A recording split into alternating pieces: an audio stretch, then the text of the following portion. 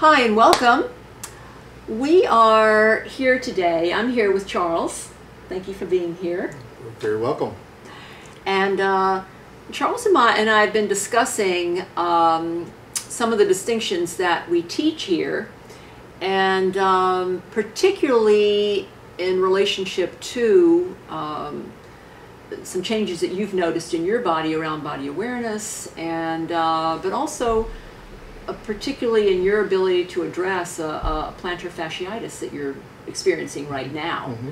So we're going to show you a little something about that, but I've asked Charles to just say a little bit about, you know, what are some of the things that you've noticed that have helped you to have more awareness in your movement that's distinct from how you were in your body, you know, years ago. Well, I think this is such a unified sort of practice that it's affected my life in many ways. I can't really discount the holistic sort of approach. In other words, the effect it has also on my perceptions and responses, emotional responses. For instance, I can come to class from work, feel very tense, and even feel perhaps like, oh, maybe I should cancel today. I don't really quite feel up to this. And then by the time class is over, I feel like I've been restarted like a computer, you know, and I'm ready to start the day over again almost. So it has that kind of impact on my life, this practice. But in terms just focusing on my body, when I came here about almost 3 years ago, I had certain sorts of injuries, an arm injury, a shoulder injury that was inhibiting me somewhat. And I had a sense of growing sort of weakness. For instance, I noticed in the evenings when I was sitting in my recliner, if I wanted to stand up, I had to sort of push myself out of my recliner. And then one night I surprised myself by just springing up. And so the practice is sort of insidious in a way that it kind of creeps up on you and you don't really notice it. It doesn't seem so dramatic at first. That's beautiful.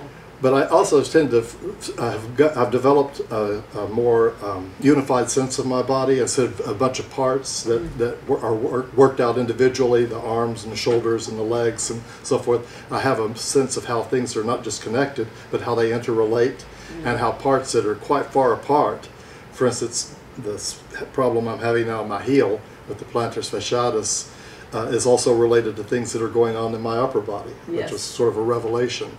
But with demonstrations that I've had with teachers here, I've begun to see, I can sense it. I also have a greater sense of what's going on in my body.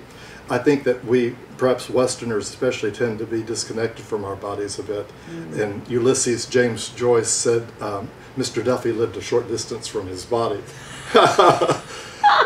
That's wonderful. I think it's really true that many times we just don't really notice what's going on in our bodies, sometimes quite dramatically, or we ignore it, ignore the cues. I've become much more aware since I've been doing this practice. Thank you. Thank you so much. It's beautiful.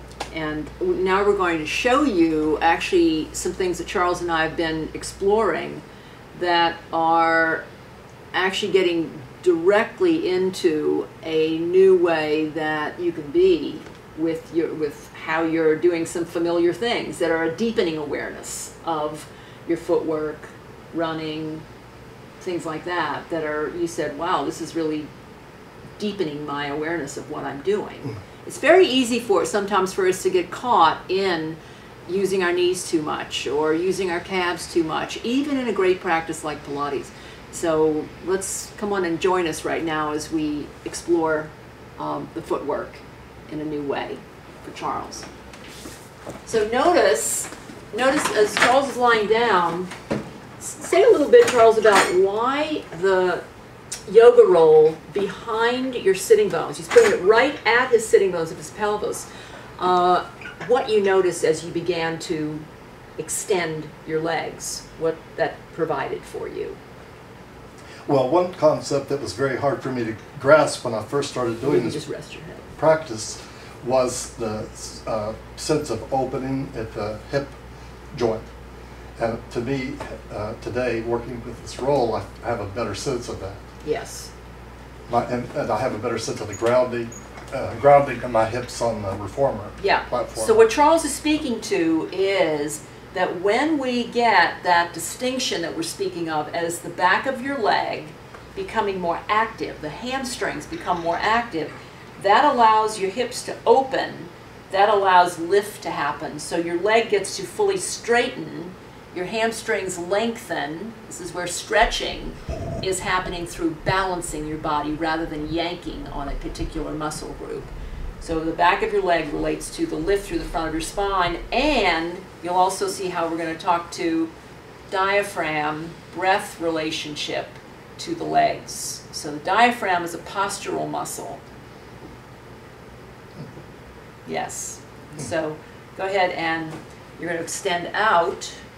And let's actually go putting a little ball. Let's go on the ball of your foot. Extend all the way out. So imagine that he's done the toes apart, heels together, and we're going to lower and lift. So this is where you're all the way out, and now you're feeling that hands, your thumbs on your rib tips and your fingers on your low belly suspenders. Right, so you get that feeling of connection. So when there's a connection through a softening and widening through the central core of breath, your back opens. Allow your inhale there. Exhale as you go in and then go out. This time, stay out, straight legs, exhale your heels down. Right, so we'll just do a few lower and lift. Inhale, very good. Exhale. And the great thing here is that Charles is really sensing the difference between hyperextending his knees and instead, as his heel goes down, to feel the lift of the inner ankle through the inner ear. Right. So you feel how you've got that feeling of foot to head instead of calves doing all the work. Mm-hmm. That's a new revelation today. This is really excellent. Yeah. Now this time come up. And here's a special way to deepen that awareness. Now let's just drop the ball, and now you'll release one heel down and running as the other knee bends.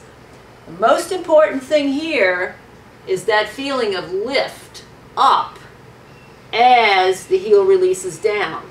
And then press gently through this foot and feel the difference between tightening the back of your knee and instead release. So it's a straight leg without a hyperextended knee. And that release down gives lift up.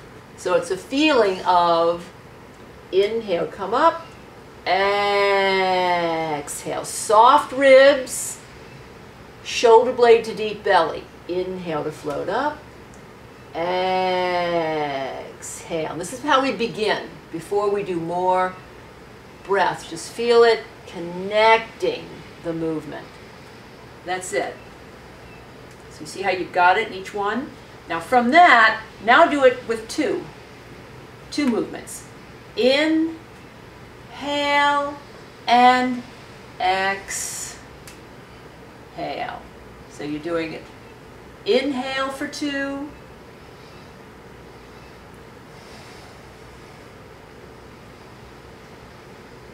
And bend your knees and come back in.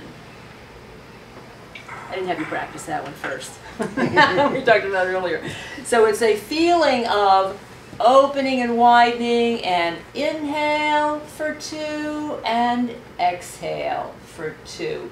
It's just another distinction of playing with that feeling of ability to elongate the breath, and you can do it for 3. So it's just a feeling of, once you get that feeling of opening and widening, then there's the release of the down and the lift of the up becomes natural. And you do that in every movement. Every movement. Any movement. It's always the same thing because we're talking to the deep intelligence of our body. And that's how it works in relationship with gravity. So, thank you so much, Charles. You're very welcome. Thank you. Fabulous. Thank y'all. See you soon.